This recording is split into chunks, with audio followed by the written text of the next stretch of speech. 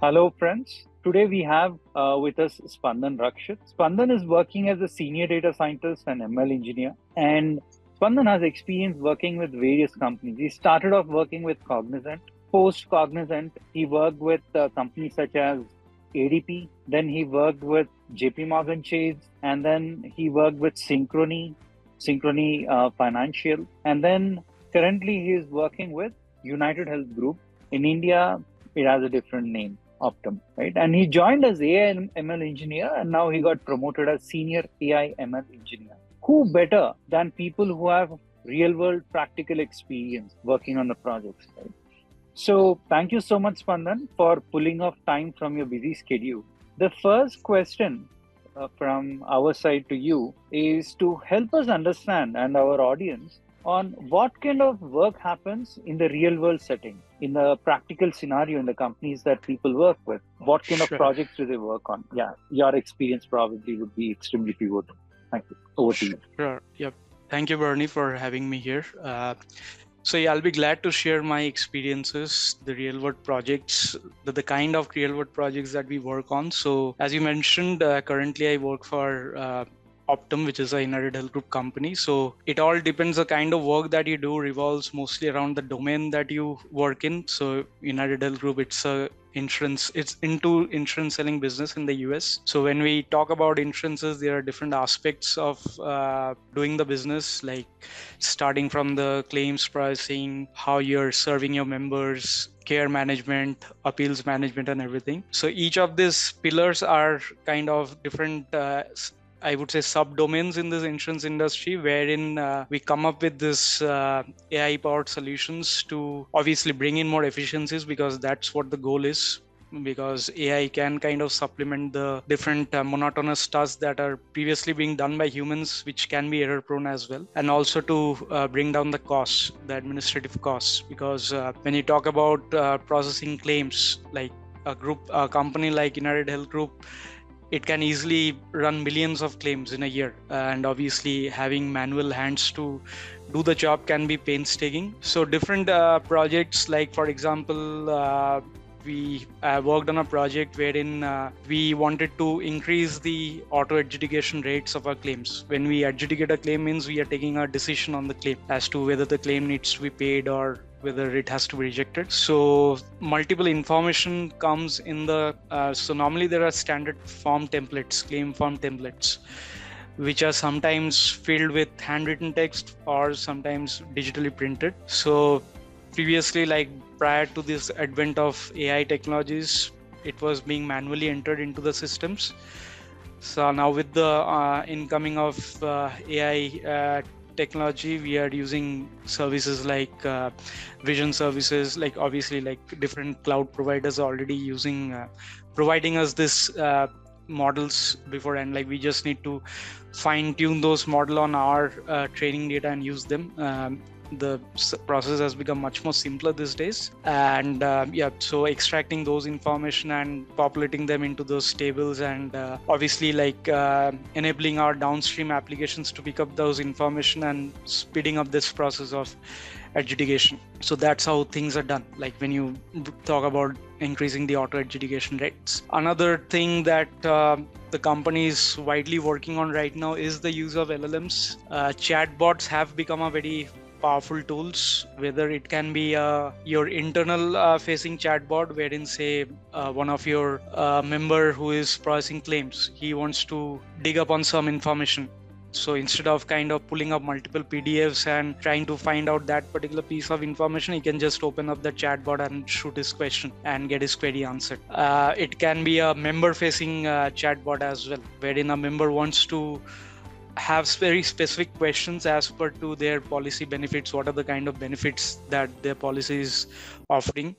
Not all of them may have time to open up their policy documents and see or look up the kind of benefits that they're entitled to. So many of our chatbots are kind of LLM powered to answer those kind of questions, like building up RAG pipelines wherein their policy documents are being uploaded and all their questions pertaining to their policy benefits, coverage details, anything can be easily answered in the click of seconds. And recently, one of the project that I'm working on is building a recommendation system for our broker sales platform. So basically, this is for a group insurance business wherein our brokers sell insurance products to our various small companies that are doing business with us. So they did not have a proper recommendation system in place whenever they went to these companies during the renewal period, insurance renewal period.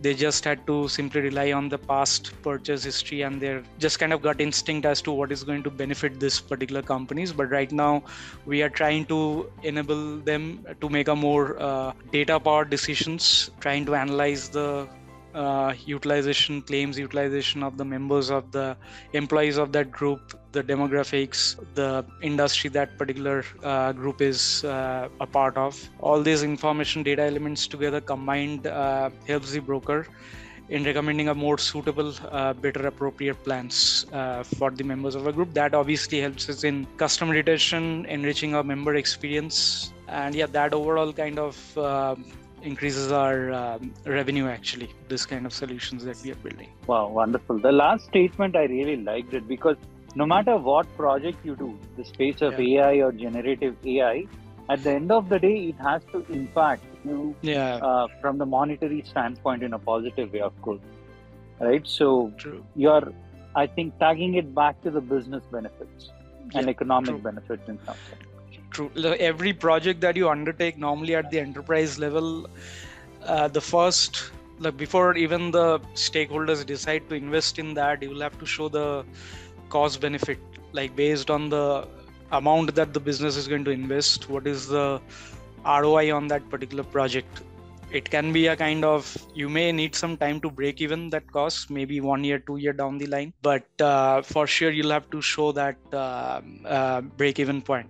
Otherwise, it would be very difficult to convince the stakeholders to invest in your idea. Absolutely, Spandan.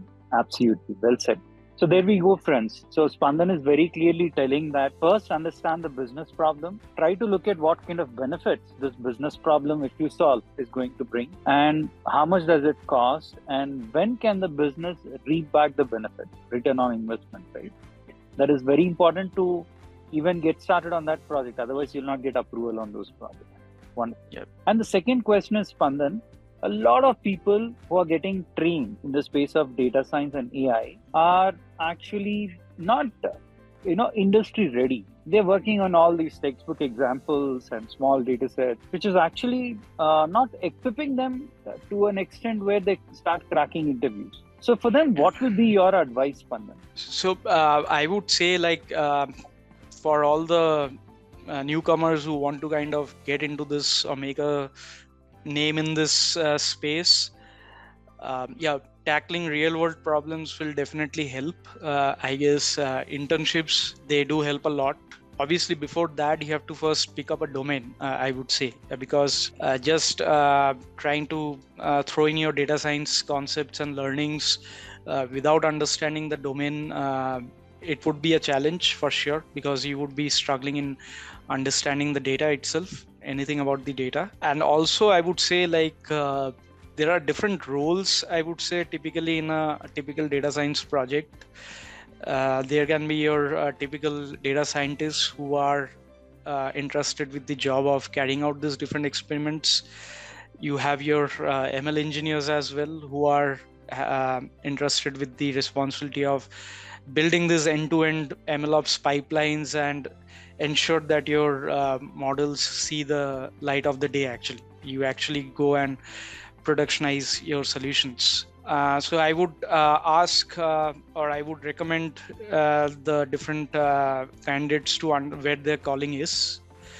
If it's more around MLOps, they will have to be well conversant with different tools, MLOps tools like MLflow, different cloud services like AWS, Azure, Airflow and all those other ETL tools, I would say, which would help them in building out this end-to-end pipelines. That is more a tech-oriented role, I would say. Bit of ML algorithm knowledge is also required in that.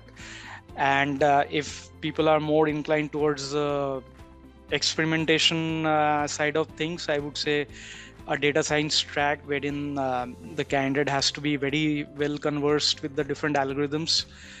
Obviously, before even thinking of applying a particular algorithm, they will have to kind of understand the use case. And obviously there cannot be like one algorithm which can be kind of like a gold standard. So normally for industry level problems, you will have to kind of even for one algorithm you will have to run multiple experiments, like what we have or what we call as hyperparameter tuning. It can easily run to close to 100 experiments till you see that you have reached optimum accuracy levels. And if not one model, then obviously you'll have to try out with multiple models. But amongst all this, always you'll have to ensure like whatever model that we are working on, there has to be some level of explainability to that model, because ultimately the model decisions will be kind of used by the business decision makers, I would say. So they have to be well convinced as to the kind of output that the model is showing them, how it is kind of influencing the decisions that they are going to take. Normally in a regulated industry like healthcare, there are a lot many regulations in place. We have to do fairness check, bias testing to ensure like the model is not introducing any kind of bias, making use of any kind of sensitive variables in the decision making process, because obviously that can lead to a big kind of hit on a business itself.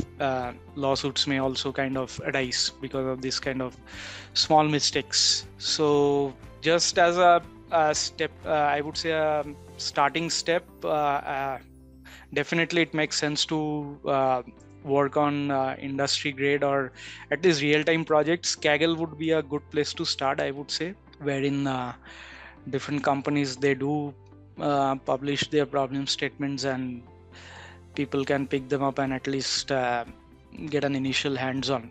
But another thing is important point is the coding standards. I've seen like normally people just throw in lines of code in notebooks without any proper documentation and stuff. That leads to a lot of problems with if you're working in a collaborative environment, it becomes a problem for your other fellow peers as well to understand your code and continue the work. So coding standards also, they do play a very kind of major role if you're thinking of doing any kind of industry grade projects and wanting people to appreciate the kind of work that you're doing. So yeah, those would be my 2 cents of advice. Wonderful, Spandan. I mean, I was making a note of all the key points. You have given a new dimension altogether.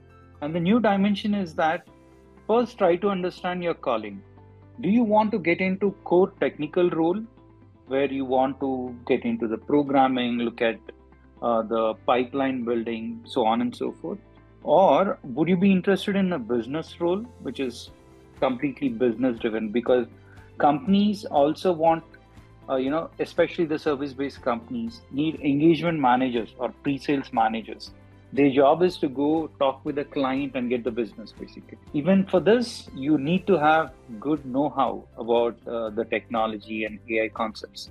Or you might want to get into techno-managerial role. And Spandan was very clearly saying that get started with the internship projects, right? When you work on internship projects in the real world setting, the beauty is that you'll also understand the business problem clearly, how the business problem is getting formulated, what is the success criteria that is defined, how are you going to collect the data, where are you going to store it, how are you going to process it, and where are you going to deploy it after model building.